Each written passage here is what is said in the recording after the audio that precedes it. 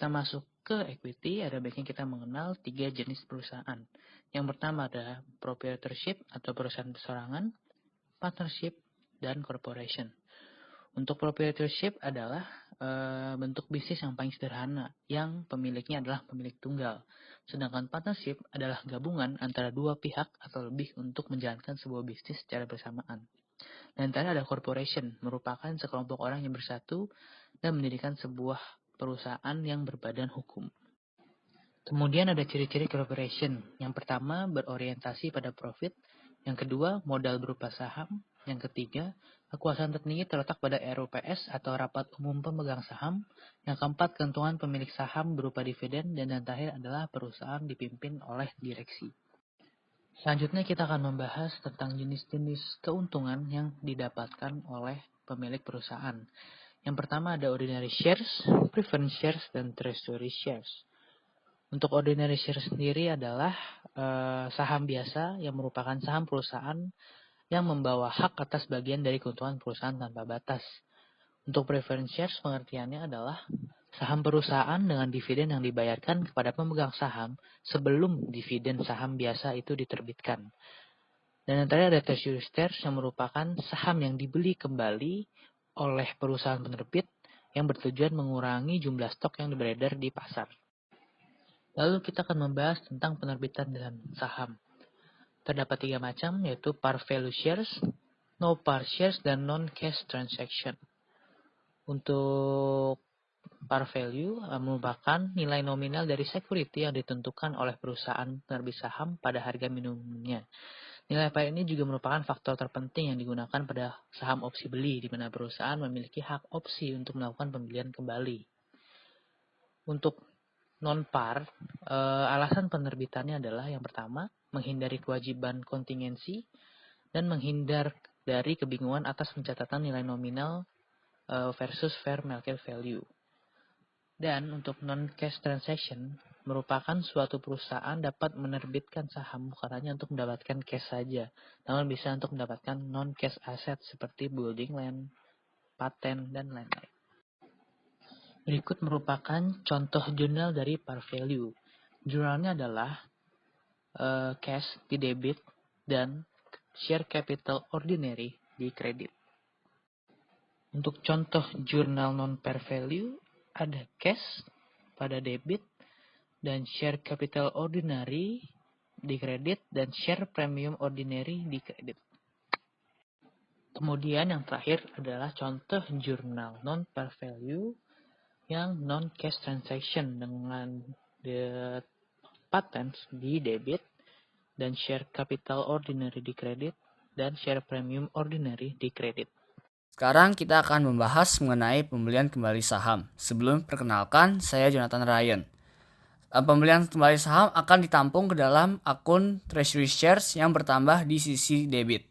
Jadi bisa kita sebut bahwa treasury shares adalah saham perusahaan yang dibeli kembali dari peredaran oleh perusahaan.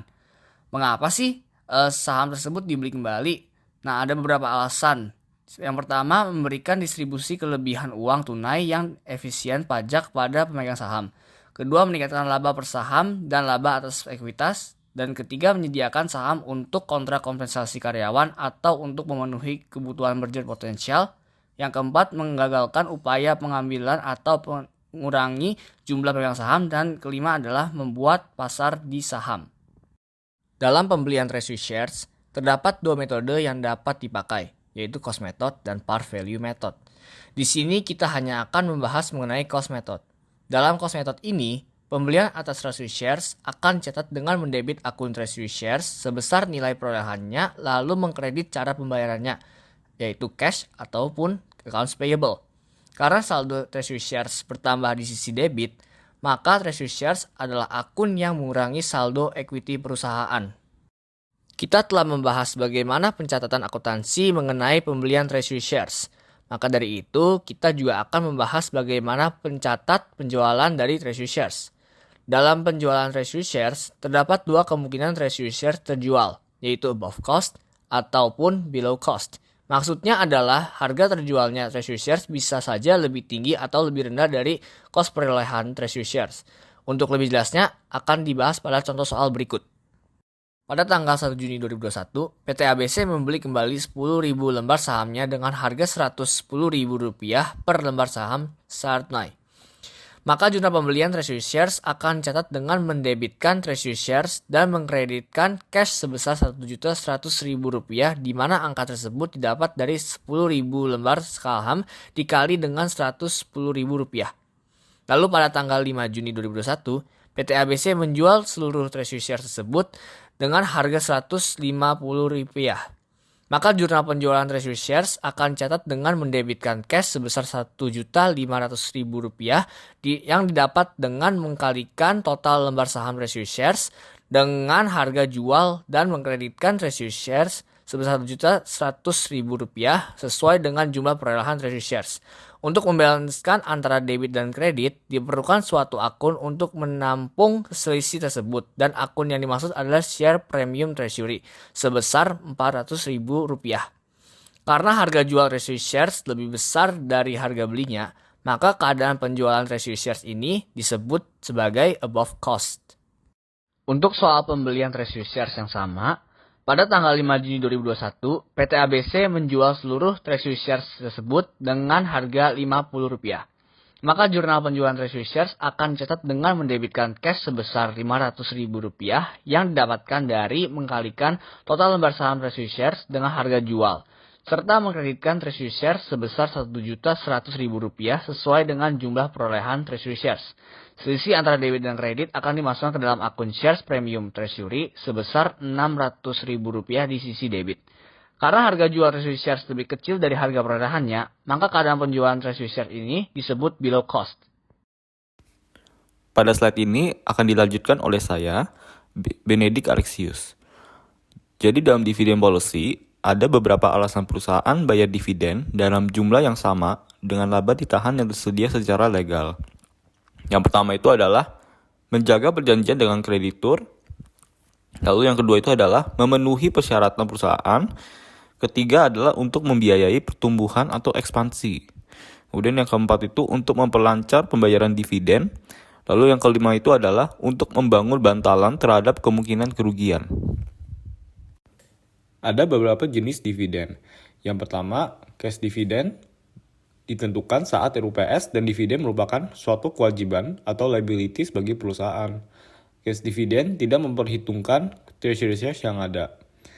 Lalu yang kedua adalah property dividends, merupakan dividen yang dibayarkan dalam aset selain uang tunai, di mana dividen yang dibagikan berdasarkan nilai wajar properti dan mengakui seluruh keuntungan serta kerugian. Kemudian yang ketiga itu adalah liquidating dividend. Jadi setiap dividen yang tidak didasarkan pada pendapatan mengurangi jumlah yang dibayarkan oleh pemegang saham. Kemudian yang terakhir itu adalah share dividends. Jadi penerbitan oleh koperasi atas sahamnya sendiri kepada pemegang saham secara merata, tanpa menerima pertimbangan apapun. Yang digunakan untuk mencatat dividen saham adalah nilai nominal, bukan nilai wajar. Ini adalah contoh soal cash dividend. Diketahui dividen tunainya Rp50 per saham dan sahamnya berjumlah 1.000. Maka jumlah yang dicatat pada saat tanggal pengumuman yaitu mendebit retained earnings dan mengkredit dividen payable senilai Rp50.000, dan Rp50.000 ini didapat dari Rp50 dikali dengan 1.000. Lalu pada saat tanggal pencatatan dicatat no entry, dan pada saat tanggal pembayaran dicatat mendebit dividen payable dan kredit cash senilai Rp50.000. Ini adalah contoh soal property dividend. Diketahui nilai sekuritasnya Rp1 juta. Pengumuman dividennya pada 28 Desember 2000. Pembagian dividennya pada 30 Januari 2001 dan tanggal pengumumannya ada nilai wajar 3 juta. Maka jumlah yang dicatat pada tanggal pengumuman yaitu debit equity investment 2 juta dan kredit unrealized holding gain or loss senilai 2 juta. 2 juta ini didapat dari 3 juta dikurangi oleh 1 juta.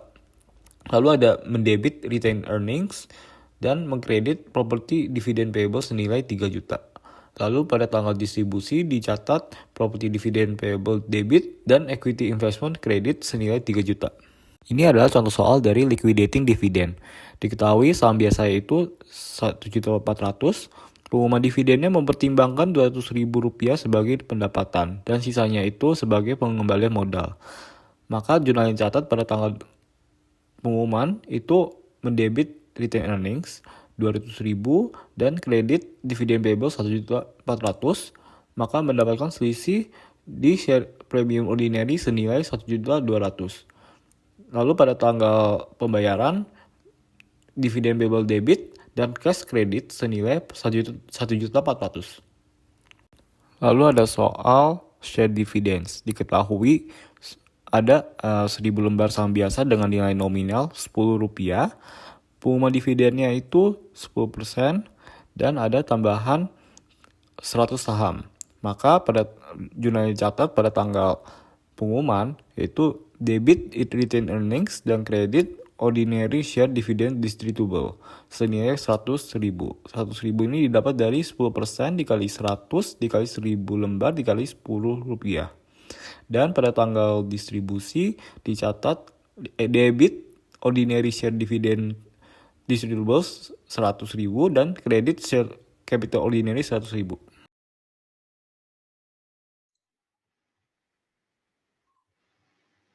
Oke, selanjutnya kita akan membahas soal besar dari PT Abimanyu pada tahun 2020. Kita langsung ke tanggal yang pertama, yaitu 13 Januari. Pada tanggal 13 Januari, PT Abimanyu menerbitkan secara tunai 7.000 lembar saham biasa dengan nilai par 3.000 per lembar dengan harga 4.000. Jurnalnya adalah cash di sebelah debit, share capital ordinary di sebelah kredit, dan share premium ordinary di sebelah kredit. Cash sebesar 30 juta didapatkan dari 7.000 lembar saham biasa dikalikan dengan harganya, yaitu 4.000. Share capital ordinary didapatkan 22.500.000 yang berasal dari 7.000 lembar saham biasa dikalikan dengan nilai parnya, yaitu 3.000. Dan share premium ordinary didapatkan 7.500.000 yang berasal dari balancing antara 30 juta dan 22.500.000. Tanggal 2 Juni 2020, PT Abimanyu menerbitkan secara tunai 5.000 lembar saham preference yang dapat dikonversi bernilai par 5.000 per lembar pada harga 7.000 per lembar dan membayar biaya broker sebesar 1 juta. Saham preference tersebut dapat dikonversi menjadi 3 lembar saham biasa. Jurnalnya adalah cash di sebelah debit, share capital preference di sebelah kredit, dan share premium conversion equity di sebelah kredit.